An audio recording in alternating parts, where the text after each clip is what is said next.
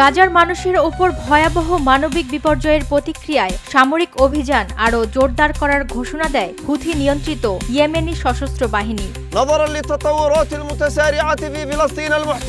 27 জুলাই রাতে এক বিবৃতিতে ইয়েমেনি বাহিনী বলে, সমসাময়িক ইতিহাসে গাজায় যে গণহত্যা চলছে তা মেনে নেওয়ার মতো কিছু নয়। এই অন্যায়ের বিরুদ্ধে তাদের অবস্থান একটি নৈতিক, ধর্মীয় এবং মানবিক দায়বদ্ধতা।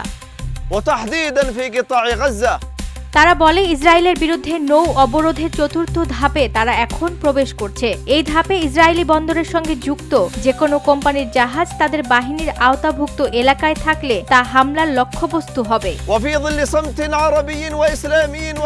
ইয়েমেনি সেনাবাহিনী ইসরায়েলকে গাজার উপর হামলা বন্ধ করতে এবং অবরোধ তুলে নিতে চাপ দিতে আবারও বিশ্বের সব দেশের প্রতি আহ্বান জানায়। তা না হলে এই সংঘাত শুধু গাজা নয়, গোটা অঞ্চলে ছড়িয়ে পড়বে।